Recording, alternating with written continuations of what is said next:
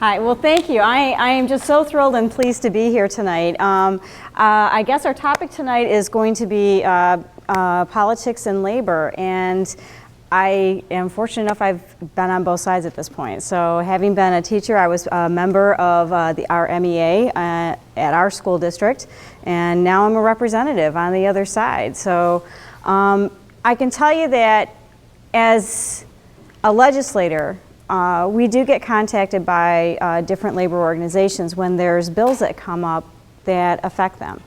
So they lobby on behalf of their members just like any other organization does. So they truly represent their workers. That's how they help affect some of the change and some of the policies that are in place. Recently we had our electrical union came and presented to us. There's a bill that's up right now. I believe it's in the Senate right now. This bill actually is looking to deregulate the idea that a manufacturing company would need to have a licensed and certified electrician on staff. Now, how many of you are familiar with working in a manufacturing plant? Okay.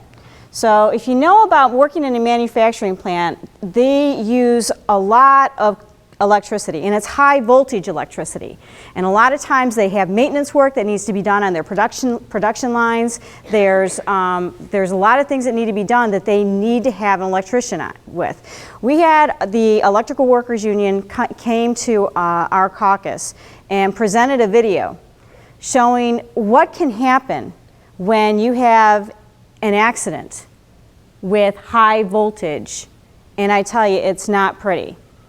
So they advocated on behalf of their membership to say, if this law passes, these are the types of accidents that could happen in these plants because of it.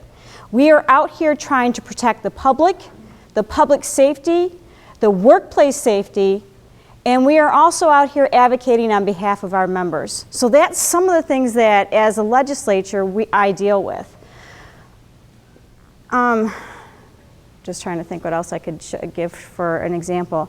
When we talk about schools, and being a teacher, I've seen some of the legislation that has gone through that really has taken away the bargaining rights of our teachers' unions, our school employee unions. And what you need to understand is that we bargain on behalf of not only our members, but as a school employee, we bargain on behalf of the children that are in our classrooms as well. We bargain on behalf of classroom sizes, on having good supplies and textbooks that are up to date. So when we are in there bargaining, we are in there also for our children as well. You know, it's amazing to me. I've always thought that this is so counterintuitive. We legislate and regulate how many children a daycare provider can take care of at any one time. And yet when it comes to our classrooms and our classroom sizes, it is left on behalf of your local teachers' unions to bargain for that. That is a huge responsibility. And we need to take that into account when we start saying, well, we're going to take away this right from you for a bargaining tool. We're going to take away this right from you as a bargaining tool. That leaves us with not a whole lot of tools to work with to make sure that we can keep classroom sizes small, so that we make sure that we got the supplies in those classrooms so that your kids can get a good education. Well, thank you. So I guess we're going to talk about labor and politics. Why they picked me, I don't know, but here I am. Well, the simple fact is that labor has been interested in politics for almost as long as politics has been interested in labor. Now, what you may not understand, though, is we have a lot of unions in Michigan, but they're treated differently. They're treated differently under law. We have unions that represent private employees, and we have unions that represent public employees. Two very different things. And because of that, we tend to pay attention to different aspects of legislation, different bodies of legislation. For example, UAW, primarily auto workers. They care a lot about what Congress does. because they get their rights and benefits and rules under the National Labor Relations Act. There isn't much that Michigan can do to impact the average auto worker, except, of course, right to work, and we'll talk about that. Now, teachers, we're public employees. We have no federal protections at all whatsoever. Whatever protections we have are given to us by the state of Michigan through legislation. So we pay a great deal of attention, most education associations do, to what's happening in the state capitals. And there's a big difference. Now, there used to be a fairly bright line between, who was in what union and what they paid attention to. That line has been smeared over the years. For example, UAW still represents auto workers, but they also now represent state employees. So they straddle both lines, state workers and Lansing legislation, and of course what's happening at the federal government. We still, by our rules and bylaws, can only represent education employees. So we haven't gotten into a lot of that. But SEIU, Teamsters, AFSCME, steelworkers even, represent a lot of school employees across the state. So they pay attention, I think, more now to Lansing than they do to even what's happening in Congress. So there's that difference. You'll see the UAW president, Bob King, on occasion comment on what's going on in Lansing, but he still has one eye on Congress. Michigan, the MEA, not so much on Congress. We pay a lot of attention here in Lansing. As we look at getting into the legislature and Republicans and Democrats, they take a very different view on a lot of things, and that is an understatement for what we see right now. But the Republican view, particularly as it deals with education, and if I had a nickel for every time I've heard this, I'd be rich, is that we'll give education more money when education starts to deliver X. One academic scholar per building, whatever their benchmark is. Democrats, on the other hand, tend to see education as something that not only benefits the individual student, but benefits communities. That you have kind of a value added with education. Republicans, not so much. Republicans look at it as mainly, they're a little, I'm trying to be nice. I'll be here for a while. I don't plan on being nice for the whole time. But Republicans, like I say, they have a very conservative viewpoint when it comes to education. They really do, in terms of funding, in terms of how you treat the kids. Not a lot of legislators are Republicans, although there are a few. For example, Colleen talked about this third grade bill that passed out of committee today. There are a couple of House members that are Republicans that sat on that committee. They voted no on the bill. They have educational experience. Most of them don't. However, and unfortunately, some of them, all of them, went to school once. So guess what? I am now an educational expert. I've seen it time and time and time again. That they're hearkening back to their days in elementary school and they don't think anything has changed. Now, when you get an educator that's in the legislature, they will attempt oftentimes to say, no, we don't do that anymore. We haven't done it in 20 years. Well, I don't care. It's the way it was when I was in, and I'm not wrong. I'm in the legislature. I've been elected. How can I possibly be wrong? We come into that oftentimes. Republicans have been very difficult for us to talk to. Some Democrats, frankly, have been very difficult for us to talk to, but at least a lot of them will talk to us. There are Republicans that refuse to let us into their office, will not talk to us. That makes it difficult. It really does. And it makes it very tricky in terms of trying to get our interests, our questions answered on particular pieces of legislation when the committee chair will not talk to us as a matter of office policy. It makes it hard to get along. When the MEA looks at educational issues, we really only look at two things. We look, first of all, that if you're trying to do something, if you're trying to reform something, if you're trying to change something, is it research-based? Do you have data to support what it is you're going to do? There is more educational research out there than you can shake a stick at. And we know most of it. So that's the question we always ask, is somebody says, well, I think we ought to, for example, the third grade piece, well, I think we ought to do this. Well, do you have any research to support that works? No, I just have an idea. And that's why I got to be honest with you, when Snyder was first elected in 2010, and we got creamed in that election, but we're trying to find the silver lining. And we said, well, all right, and he says he's research and data based. He's not a typical politician. He's going to do things differently. We said, we may be all right here if he truly is going to be research and data based. If he's not going to just run off and do the political thing or be forced into a corner and do the political thing, this is a guy we might be able to talk to. We were wrong. The research and data never mattered with the governor. Research and data never mattered with many of the House and Senate members. It never saw the light of day because you had a very, very conservative Senate and House that was more bent on ideology than research or data. They didn't care if there was any research out there to support what they wanted to do.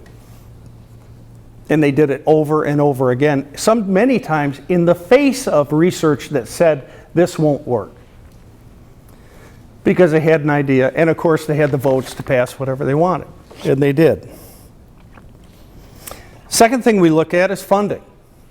If you have a good idea, and even if the research supports it, are you going to fund it? Are you going to fund it to the point where it works? Because even the best idea with the best research, without funding, it doesn't work. Because every single one of the research studies that we've looked at, where it's worked, it's been fully funded, which helps. So the money's got to be a part of it. Does anybody here, or do you want to guess, and I do not have a dollar, that's the dollar guy over there. Do you have a guess? What is the one single thing the state could do tomorrow morning that would increase student achievement? Anybody have an idea? Smaller class size. Ah, you got it. Turning that lotto money. Well, all right, well, you're getting into the lotto. But yeah, smaller class size. Every research study ever done says the single best thing you can do is lower class size. You get student achievement results like that. What is the most expensive thing a school district can do? Lower class size. Right. And so that's the push and pull that we often get. And sometimes you have legislators working overtime trying to increase class size because, as you've heard from some of our legislators, teachers are lazy, why they've got all this support staff, and good Lord, you don't teach anymore, all you do is give tests that we require you to give, and all this other stuff. You can handle 41, 42 kids in an elementary building like Pontiac has, or upwards of 50 in the secondary buildings like Pontiac has. And then worry about why in the world is the student achievement going down? Well, that's why. It works the same way in reverse. If you load up the classrooms, it might be cheaper, but you get worse results. And we're seeing that in a lot of school districts across the state, mainly because of some of the funding cuts we've seen. We'll talk about that in a second. But those are the two things we pay attention to. If you want to do anything, show us the research that tells us it's going to work, and are you going to fully fund it? And those are the two questions we apply to almost anything the legislature wants to do in the name of reform. Now, Nicholas talked a little bit about the Federation, the American Federation of Teachers of Michigan. And some of you might be wondering, well, why in the world do you have two associations, unions, if you will, representing school employees? And a lot of that's kind of buried in history, but a lot of it's approach. And this is not so much the approach now. It's the approach 20, 30, 40 years ago. At one time, Detroit was in the Michigan Education Association, and this is going back a ways. The MEA, believe it or not, threw them out of the association because there was a dispute over $12,000 of dues that we said Detroit owed and Detroit said they didn't. Now, 10 years later, I think we spent $1.5 million to $2 million trying to get Detroit back into the MEA through another representation election that failed. Throwing them out for $12,000 was not such a good idea. But the differences between the AFT and the MEA, and certainly the NEA, the Federation, quite frankly, is more of a union than the MEA is. We struggled for years. Are we a union? Are we an association of educators? What are we? What do? We bargain, we grieve, we go on strike, we do all this other stuff. But with the Federation, it was a little more clear-cut. We're a union. And I think anymore, and I don't know that we still have this dispute so much in MEA in terms of what we are. I think we pretty much understand we're a union. But we still have a smattering of folks that say, well, I don't like that word, I want to be an association. It drives the Federation a little nuts from time to time when we have folks that come in and want to be like that or act like that. But that's why we have the two associations. But there is certainly more that brings the Federation and the MEA together than separates us. And that's why a little over a month ago, David and I, on behalf of our respective associations, formed a partnership, a formal written partnership between our two associations. And it's not a merger, but it is a hell of a big step compared to where we were 15, 20 years ago. 15, 20 years ago, we were still fighting. You know, you want to do this, we want to do that. We don't do that anymore. And I think we can thank Governor Snyder and the legislature for that. We try to work as much as a partnership today more than ever before. And I'm proud of that because I think the Federation is a great partner. They got a lot of bright people down there, a lot of bright folks with experience, and I'm proud to be working with them. So if anybody tries to tell you that there's still a fight or a schism between the MEA and the AFT, tell them they're nuts, because there isn't anymore. We still have our differences of opinion. David likes to say he's a little more nuanced than I am, and he's probably right. But we're in a position now where we can talk a lot of this stuff through, and we can come to a common agreement on how we're going to approach different pieces of legislation, how we're going to approach larger political races. So I think overall, I think it's very good for education unions in Michigan. And the first thing we agreed to do too is we're not going to raid each other anymore. And there wasn't a lot of that going on anyway, but it's kind of a pain in the keister as other states have gone through. San Francisco, Los Angeles, for example, they used to have multi-million-dollar representation elections every 2 years. That the unions, the members would, one year they'd become federation, the NEA would come in with $3-4 million, they'd have another election, and then next year they'd be NEA, and then 2 years later they'd be federation. And both at the national level, the NEA and the AFT said, we're not doing this anymore. They have a joint NEA-AFT local.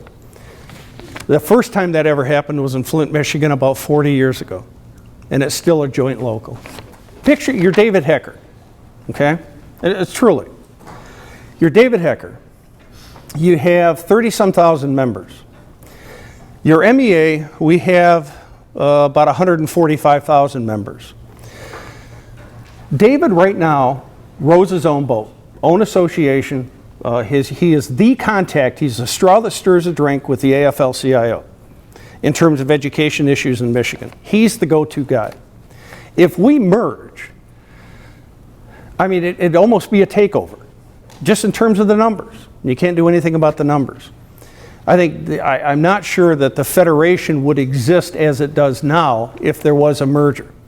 And even if we kept the AFT structure, who do you think the AFL-CIO would go to for education advice in Michigan? Well, it'd be whoever runs MEA at the time. It wouldn't be the Federation. So I think David looks at that and says, I'm not sure we need to merge. And I can understand that if I were David. But it's really that AFL-CIO connection, if there's a problem, because they do things very differently than NEA does it. And I'm not even sure my members would be willing to merge at the state level. I think we're very pleased right now with the partnership. Educational issues that concern us, funding is first and top on the list. We talked about that a little bit. $470-some per kid, that's the first thing Snyder did when he came in. Now, interestingly enough, many education employees at the time looked at the shape the state budget was in. And a lot of them said, well, okay, it's our turn to take the bullet bite the bullet rather, because for the 2 years prior, even though the economy in Michigan was swirling the drain and so was the state budget, education took a zero cut. And it took a lot of creative legislative doing to make that happen. So when Snyder came in and did that, okay, we understand that. However, the very next thing he did, a $2 billion tax cut on top of it. That broke the camel's back. And not only that, it was an unaccountable tax cut. And by that I mean, we'll never know what the hell happened to all that money. I mean, it was supposed to improve the economy. All right. What business do with it? Did they expand their business? Did they hire more people? Or did they put it in their pocket? We'll never know because the legislature didn't want to ask. However, a few years later, they came out with additional money school districts could get, $100 per kid. However, to get it, you had to talk to this person, you had to fill out this form, you had to prove this, you had to prove the other thing. If we were a business, all we'd have to do is drop the dump truck up to the Capitol, fill it up, and go off with the money. Gives you an idea of who and what is more important in Lansing today, and it is not education. So funding is still an issue with us. As a matter of fact, I want you to think about funding like this. $470 some per kid cut in 2011-12 education budget. Last year, the education got a 33 cents per kid increase in funding. This year, we got 35-cent increase per kid in funding. At the rate we're going, it will not be until 2021, 2022 before education will have the money it had behind it that we had in 2007, 2008. That's where we're headed. Charter schools, cyber schools, always an issue for us. Once again, when the charter schools came along, we said, where's your research? English said, ain't got it. We're going to make it up as we go along. By God, it's going to be wonderful. Well, we've had charter schools in the state for 20 years. And what have they shown us? Every reliable research study has shown they are no better, I'll be honest, no better, no worse than the average public school. We've just created a separate parallel school system that drains kids and drains money off the traditional public schools. So the charter schools have not been anything near what John English sold them as. They were going to be, if you remember, cutting edge. By God, they were going to show public schools just how to deliver quality education. They were going to show the public schools, this is how you increase student achievement. Well, what do we have 20 years later? We have Mosaica, we have K-12 Incorporated, we have for-profit charter schools coming in, earning millions, hundreds of thousands of dollars off the kids. It is a business now. They are not there to provide education. They're there to make money, and they're making it. Cyber schools. We asked the same question to the legislature a couple of years ago when they thought this up. And we said, where's your research? Show us your research that says this works. And the legislature said, well, I'll tell you what. We're going to give it a year, and we're going to look at it. How long do you think that year lasted? About 3 months. And then somebody had the idea, by God, we need cyber schools right now. So we have cyber schools now. How many have seen the K-12 Incorporated signs around on street corners, and they're all over? You can't swing a dead cat in my neighborhood without seeing 3 or 4 K-12 Incorporated signs. Like free computer and free education and all this other stuff. There is not a shred of research that shows it works. Not a shred. But K-12 Incorporated is making more money. I guess if we were smart, we'd just go into the cyber school business. I mean, if we had a half a brain. But we do, and we care about quality education. So that concerns us, mainly because we have kids leaving the public schools and going into something that we don't think is a viable alternative. We don't think quality education is being delivered. We are highly critical not only of the charter schools now because of the corporatization, but also the cyber school aspect. There isn't anything that shows that it works. Now, these are the like K-12 cyber schools.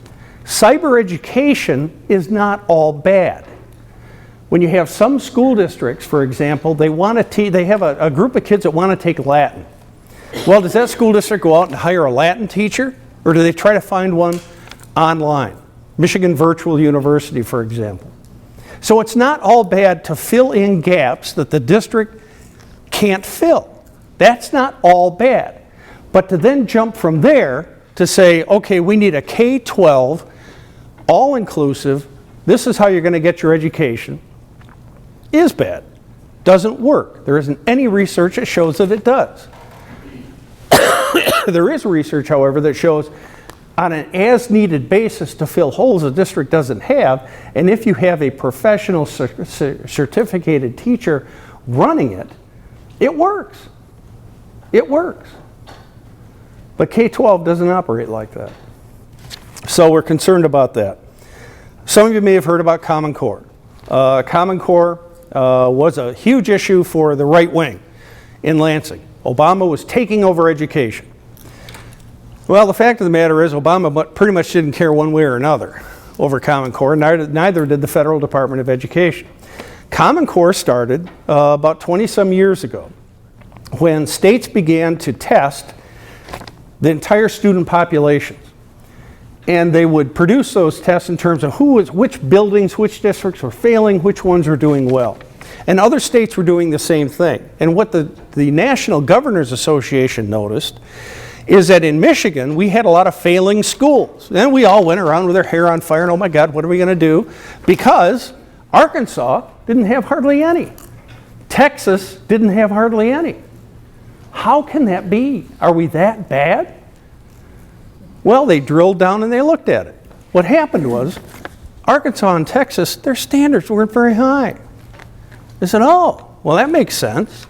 Everybody was doing well in Texas and Arkansas when your standards aren't very high. You have high standards like you had in Michigan, you're going to have more failing buildings and failing districts. So the National Governors Association came up with the idea of a common set of standards across the country that every school, every child would try to reach. And they spent 20 years putting this together. It was not Obama, it wasn't the federal government, it was the National Governors Association that got this started. And it's finally passed here in Michigan. Now there are some states, Texas being one of them, they don't want to play, we'll keep our own standards, thank you. But there are some states that backed out, didn't want to do it. But it really became almost nationally across the country an Obama thing, and it wasn't. It never was. Like I say, he doesn't much care. The federal government, the Federal Department of Education didn't have much to do with it. One of the best things about the Common Core, though, is it will result in a test that will be aligned to what you're actually teaching in the classroom. That's new. Everybody used to think the MEAP was the gauge of whether kids were learning and what they were learning and when they were learning it. Not true. The MEAP was designed to test curriculum. It was never designed to test student knowledge and achievement. Never designed to do that. So the MEAP is gone, replaced with a test that will be aligned with the Common Core, aligned with what's actually being taught in the schools. And the difference there is too, remember, these are common standards. So if the standard in a particular building is we're going to learn how to multiply fractions, it's up to the district to determine how you do that. So the districts still have a great deal of input and control in how they achieve the standard. So the curriculum is not handed to the district and said, okay, you got to do this now. The districts, working hopefully with the teaching staff, will be able to determine just how you reach those standards. Retirement funding, we talked about that a little bit. Here's our problem with retirement funding. And I'm not going to repeat what Colleen said, she's absolutely right on everything she talked about. But every year, how many of you know about retirement funding and pensions and actuarial calculations and all that. Each year, the actuary hands the state of Michigan a bill and says, this is your minimum contribution to MIPSers, the State Employees Retirement Fund. Every year, the state doesn't pay it. They pay some, but they never pay the full shot. We run a pension plan at MEA. If we did that, I'd be in jail. But because it's a governmental pension plan, they can do whatever they want. They can fund it to the hilt, they can overfund it, they can underfund it. Doesn't matter. The IRS is not going after the state government. But if I did that at MEA and the actuary gave me a bill and said, okay, you've got to put $5 million in this year, and I said, nah, I don't think we're going to do that, I'd be in Milan within a year. Right to work. There's been a lot of stuff about right to work. We came through right to work pretty good. We lost 1,500 members out of 145,000, which we had no idea how many were going to be impacted by that. We came through pretty good. So right to work isn't really our issue. Our issue now is, if you recall back a year or so ago, when we, together with the other labor unions and in that coalition, filed for the proposal 2, to put proposal 2 on the ballot, within 36 hours the legislature passed a bill that said for public employees, school employees, not just public, school employees, we can no longer use the employer to deduct our dues. We have to play collection agent. That's been our biggest problem, quite frankly. Right to work was not so much. Right to work's a lot of work. It's a lot of member contact, but you know what? That's not all bad. In some respects, we're probably doing things we should have been doing for a long time, but didn't have to do. So between the two, we're working right now. We have 87% of our members signed up on dues deduction.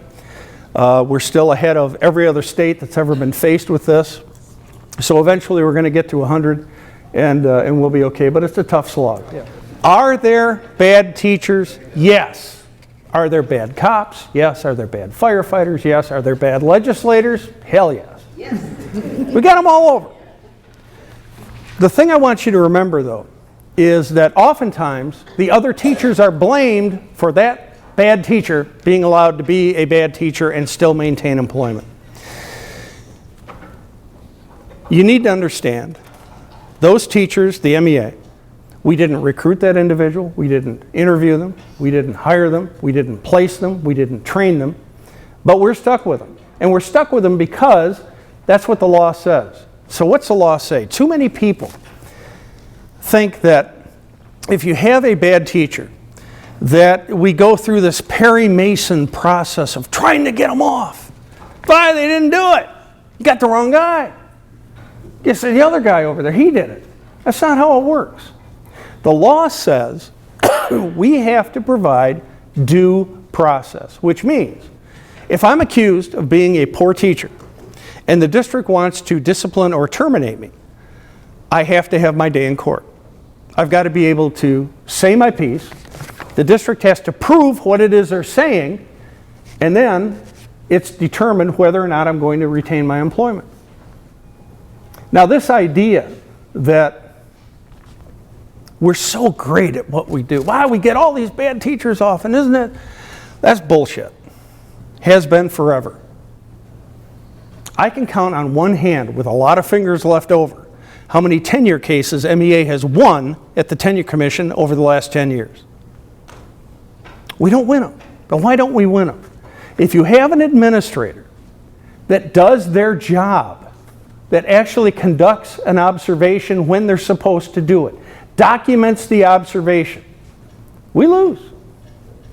I've seen teachers over the years fired for being habitually 5 minutes late. Nothing about their ability once they're there, they're just not there on time.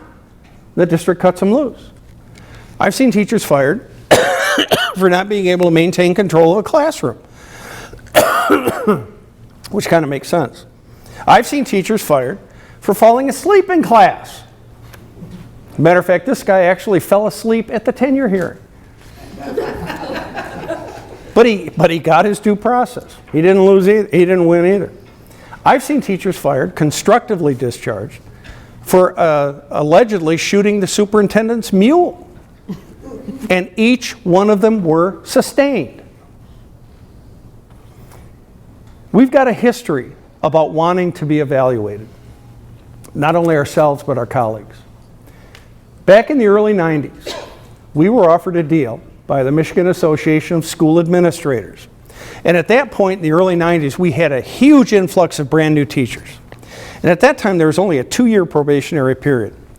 And MASA said there is no way that we can get around and adequately evaluate all of these new teachers. We can't do it. I mean, we can't tell you if they're good teachers or bad teachers. We're just going to have them, let them get tenure and they're off and running. So the deal that we cut is MEA agreed to go to a 4-year probationary period that would allow administrators to accurately and effectively evaluate teachers. Do you know how big that was for this association? To go from a 2-year to a 4-year probationary period? Now, in exchange for that, we said, all right, now on the disciplinary side of it, you're going to hire more administrative law judges to deal with whatever claims come up. Oh yeah, we're going to do it. And they did for about a year, until Granholm laid them all off but one. We're right back to a huge bottleneck again. And not only that, but the administrators never evaluated the folks even after a 4-year evaluation or probationary period. That's been our biggest disappointment, is just the failure of administration to do their job. It's somehow they expect, maybe they hope or wish, that the other teachers would do it. Now, we can't do it without violating the law. The law says we can't do that. The law says our responsibility is to represent that member and give them due process. We do anything less than that, we get sued and we lose. But we do expect the administration to do their job. Always have. And have always been let down. And it is a bone of contention for the organization when folks want to go off on the MEA for protecting bad teachers. It's just not the case. This is not a Perry Mason lawyer versus lawyer kind of thing. It's just the teacher getting their due process, and the district does have to prove what they say.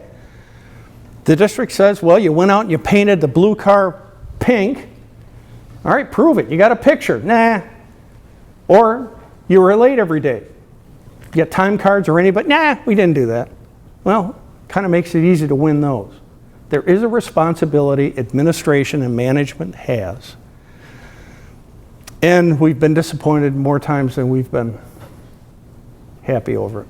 But could we please give President Cook a warm up?